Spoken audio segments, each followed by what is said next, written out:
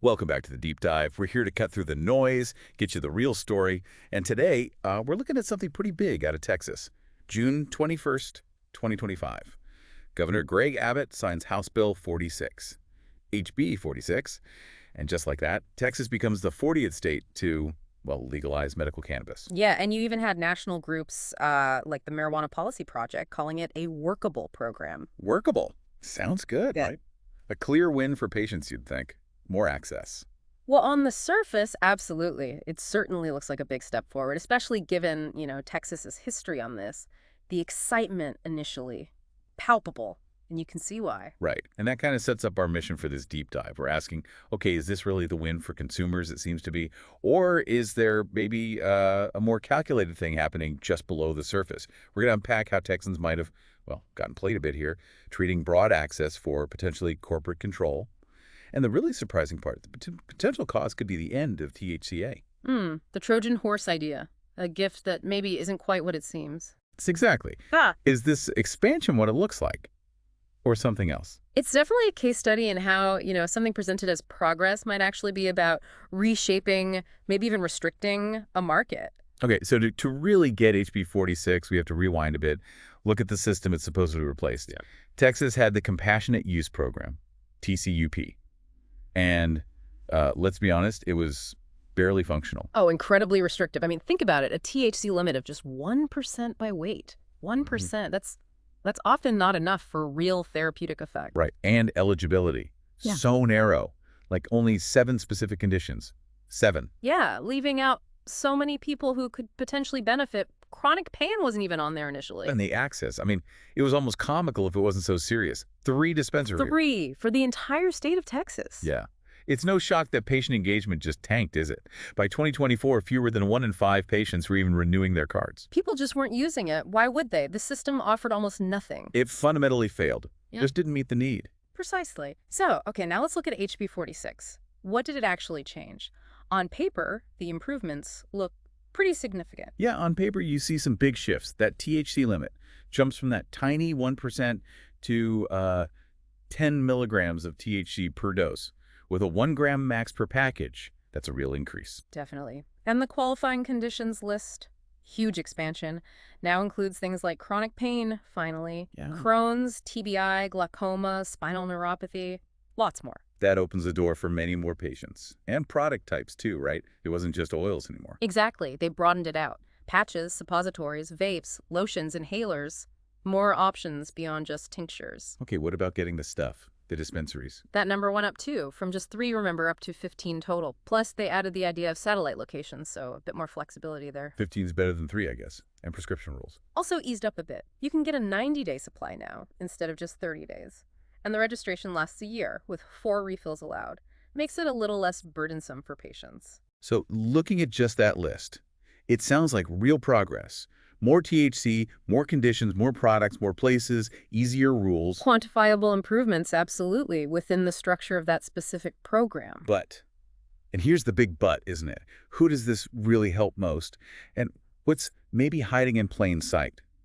These improvements sound good, but is it possible they mostly benefit, like a very small group of licensed companies, not necessarily the average Texan? Well, that's the concern. Being called workable by an advocacy group, that doesn't automatically mean it's, free, open, or affordable for everyone who needs it. Right, and it raises that critical question, even with these changes, is this really a patient-first program? Because if you look closer, Texas still doesn't allow smokable flower, only processed stuff. Which is a big deal for a lot of patients. Yeah. And the dose cap, 10 milligrams per dose max. Compare that to, say, Florida, where it's 50 milligrams. It's a huge difference. It absolutely is. That 10 milligram cap could really limit how effective it is for some people with higher tolerances or more severe conditions. And let's talk about those 15 dispensaries again. For 31 million people. Yeah, do the math on that. It's still incredibly limited access for vast parts of the state. It's not really access, is it? It's more like a lottery, depending on where you live. Plus, the rollout could be slow. Could be really slow, maybe up to 2 years before those new licenses are even up and running. So you have a medical program, on paper, sure, but in practice, it feels like a very closed loop, still very controlled. It does appear designed potentially to channel everyone into this one state-sanctioned system rather than fostering a truly open market. Which brings us to the The really interesting part, the elephant in the room, maybe. This is where it gets complex. The looming hemp fight. Right. So HB 46 passed, great. But there's another bill kind of waiting in the shadows, Senate Bill 3, SB 3 in this one. It proposes a massive ban on hemp-derived THC products, including THCA. And you have to understand the current situation on the ground to see why this is so huge. You've got the, let's call them the official licensed medical cannabis companies starting at 3, going up to 15 under HB 46. And then you've got this massive thriving market, over 4,400 hemp shops already operating across Texas. 4,400 versus 15 potential license holders. Exactly. And these shops are selling Delta 8, Delta 9, and crucially, THCA products to millions of Texans right now. And these hemp products, they're federally legal under the Farm Bill, right? You don't need a prescription. Correct. No doctor's visit, no state registry. They offer affordability and convenience that people clearly want. The data seems to back that up strongly, doesn't it? Oh, absolutely. Demand for Texas's regulated medical cannabis actually fell, dropped by almost 50% by 2021. 50% drop. And when did that happen? Right as THCA flower started booming in popularity across the state. Wow. So consumers were voting with their wallets, choosing the accessible, affordable hemp option. It strongly suggests that. So, the sources we looked at indicate a potential strategy emerging from the license side.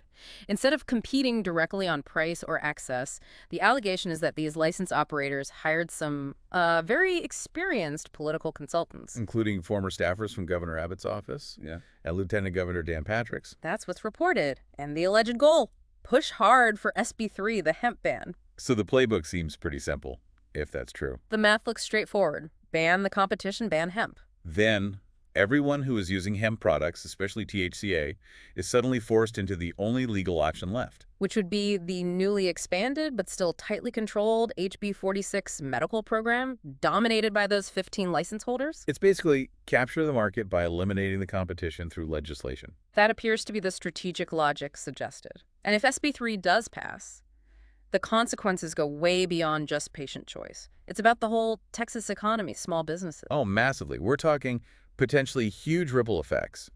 Over 7,500 small businesses threatened. More than 53,000 jobs in Texas at risk. And a hemp market worth, what, over $10 billion? Potentially just wiped out. Yeah, a $10.2 billion market gone. Consumer choice gets absolutely crushed. All in favor of what could easily become a licensed monopoly, or at least an oligopoly. It really drives home that Trojan horse idea, doesn't it? Expansion dressed up as patient care, but maybe the real goal is corporate consolidation, market control.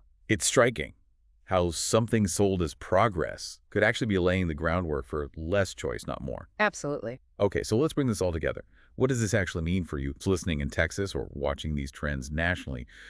On one side, yes, HB 46 brings some improvements, more product types, okay, more conditions covered, good.